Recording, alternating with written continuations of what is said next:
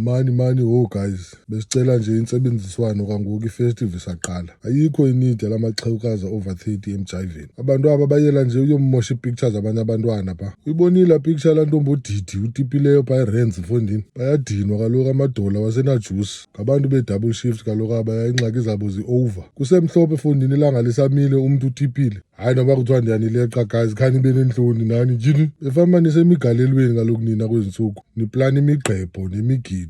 Ifacebook zenu ziyoluka kaloku. Okanye niqokelelane kweza WhatsApp group, niplane eza trip, nihambe niyozonwabela nodwa kulo B&B. Fike nizorepishele ngeza lacecat nifake inyawo ephulini. Ninxile nitipe nonele ke pha. Kude le kuthi netype zethu. Gqiba nibuye nihlebane kwanodwa apha kuthi. But ke asikho lapho namhlanje. Kusemhlabeni apha man. Umuntu makabe lento afuna uba yiyo. Anizude ningonwabi shem xa nifuna ukonwaba. Niguge ninjalo ke shem yo.